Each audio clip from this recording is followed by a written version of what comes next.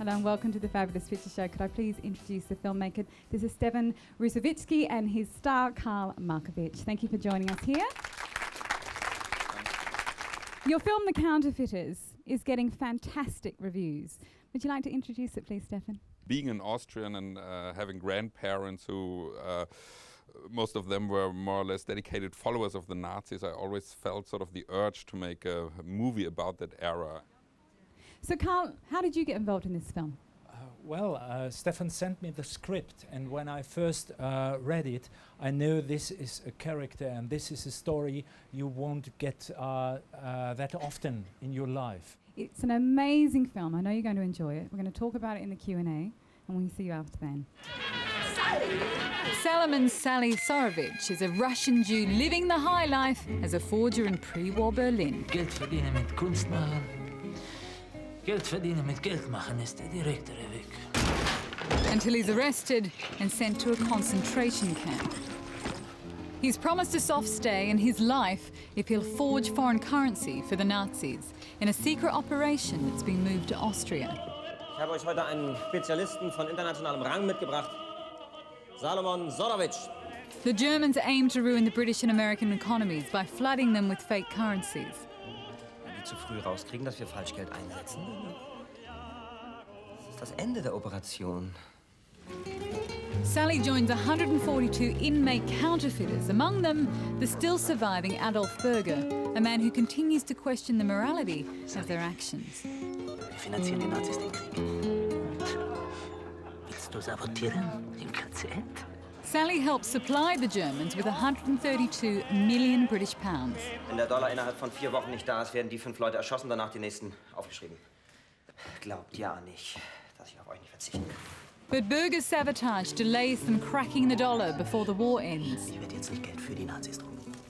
The Counterfeiters is much more than a Holocaust film. It explores the moral quandary for these concentration camp prisoners, that their survival ultimately meant helping the Nazis. I don't think many people have heard that story before. That was a unique story to tell, wasn't it?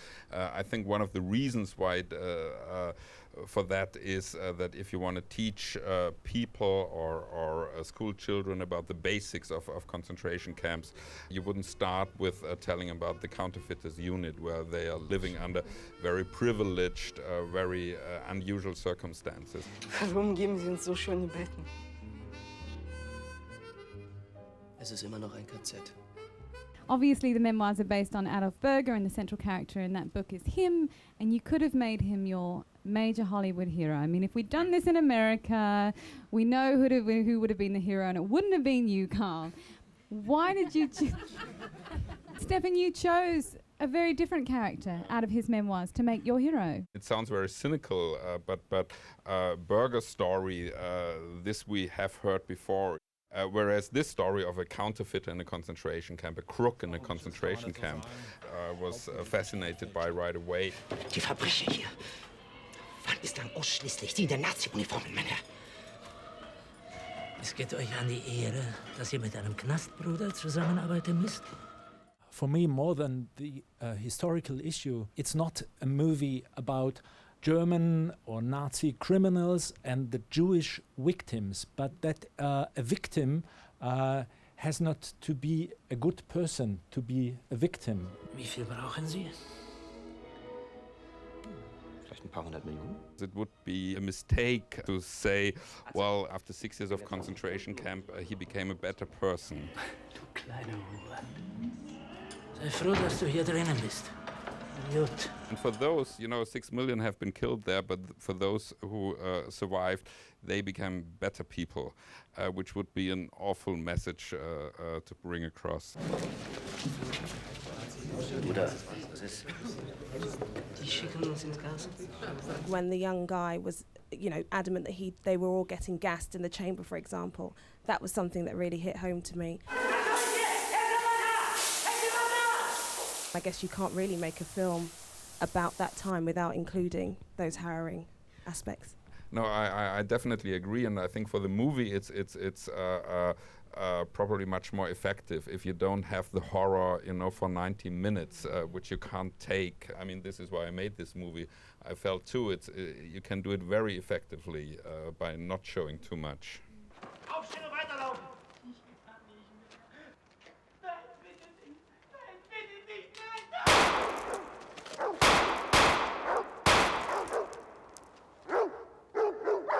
Very little was known about your character. You didn't have very much to draw upon. So you based most of your character on the screenplay. Yes, I had to put away most of my knowledge about end of Second World War, Holocaust, all the terrible things we either learned at school or read in books, because I wanted to create a person living in his present, and this person doesn't live with a view upon himself and upon his time. He lived to live. Lieber morgen ins Gas, als heute sinnlos erschossen werden. Ein Tag ist ein Tag. How has the film been received in Austria? Abroad, the film is actually received the way it was intended, that it's seen as a movie, it's intense, and people like it, and some do not like it. But in Germany and Austria, after the screening, there's sort of dead silence. The people in audience are sort of feeling the weight of responsibility and guilt. I think this is one of the reasons why nobody dared to make a movie about this story until Stefan, because you don't want to be misunderstood in this case. And I think it was really important that Stefan took the risk and made this film about this subject. And there is so much in it I think many people in Austria and Germany haven't seen, because they, of course, still have this burden of responsibility and don't know how to deal with it. Ihr seid ja solche Dreckschweine. Ihr tut wirklich alles, um euer erbärmliches Leben zu retten. Echt widerlich. Salomon promised Berger that he would never counterfeit again. But he couldn't keep to that promise, could he? It's as much as we know, he was searched by the police pretty soon after the war again for counterfeiting the dollar. But he was also counterfeiting papers for Jews who wanted to immigrate to Palestine. Sie sind das erste Mal in Monte Carlo? And later on he went to Argentina, and there he lived from rediscovering paintings of the old masters. I love the word rediscovering. Could we please thank the filmmaker here and the actor? Ich müsste leider meine Anzahlung bitten. $200 sind mehr als genug. From a massive crime caper in a concentration camp to a new film which depicts low-level, everyday crime in Nairobi's biggest slum. But what makes Kibera Kid so unique is not so much the backdrop, but the impact the film's had on the cast. Just a few miles outside of Nairobi, Kenya, lies Kibera, the largest slum in Africa. People collect their garbage and throw them here, because there are no city councils in Kibera to come and collect them. Ignatius Juma isn't just any kid from Kibera. Ignatius Juma is the Kibera Kid. In my pocket is anything, ni my penny, but when it comes to my... Kibera Kid is an award-winning short film. Every day in the mood, take. Made by Nathan Collett, an American who's spent years in Kenya. The thing that's amazing about Kibera is the environment. Yes, it's terrible. No one should have to live in this environment. Yet at the same time, the people have a very warm heart and have a warm spirit that you don't encounter in, say, America or Europe. You can't just go around and just start shooting in some place and someone say, hey, can I go to your house and start shooting something just unannounced? And people, you can talk to them, you can negotiate. It's not all about these rigid structures. There's something very nice and free-flowing about life here in Kibera. What have you got to do today? I know, I'm going tonight. Sawa ishia. Usiku ni fine.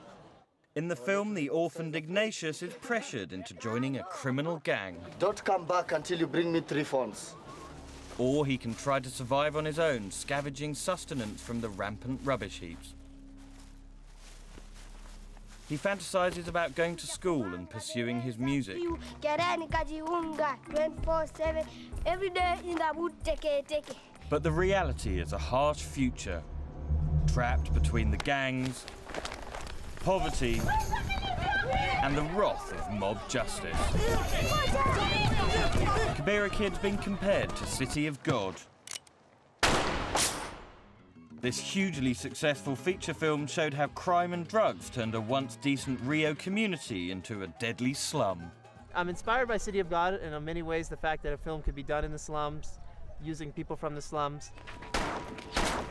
Though I think in the end, the message is of tragedy and despair. And I think what I want to give out is I want to give a positive, realistic message. I don't want to hide the truth.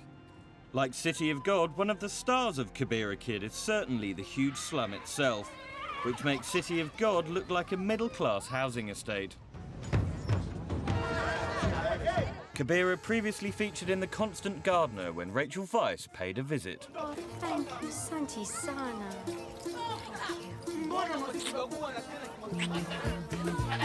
But this was an outsider's view.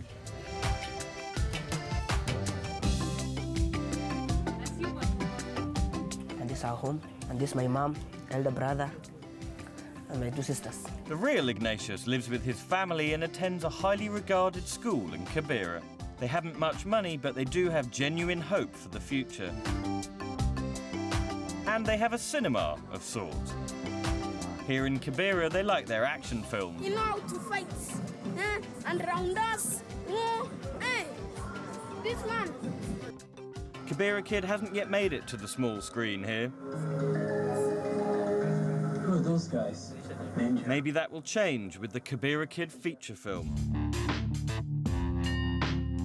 Nathan, along with his stars, is now developing a full-length version of the story. VP. That was a short film. We didn't have time to say everything in it. But then the feature-length movie will now say everything that we feel can be said about Kibera. What we have in a place like Kibera is the possibility of becoming like City of God. This can become a terrible slum. The people of Kibera themselves have the choice to make this a better place or to let it become a worse place. So that message of hope, of new possibilities for Africa and for people living in slums around the world is the message I want to get across. Jiambili, one kijangili, the other ya kikweli, if we stay to decide ni kitendawili, na medali ngumu kuzikamilisha, kuzitia simelia mpaka zimeisha. Well, that's it for this fabulous pitch show. Thank you, Carl. Thank you, Stefan. I say that genuinely. We loved having you on the show. That's not even slightly counterfeit. Thanks for having us. You didn't even take that joke. I'm disgusted. I'm so disappointed. I've been planning that all day. Thank you, Carl. Thank you. I think the Q&A, they've loved you so much that they're hanging around. They expect you to go back. Let's go. Hope to see you next time. Wir sind gut genährt und wir sind kräftig. Wir könnten kämpfen. Wir haben Werkzeug. Mit Retuschiermesser? King Highness Company? Yeah. How would you rate the film out of 10 and why? Oh, out of 10, I'd definitely give it 10. The most effective aspect of the film was that the characters are very human. It doesn't hammer home the message in a sort of very explicit way. It leaves you to use your imagination. I felt like I was watching real life unfold, but it's still very entertaining.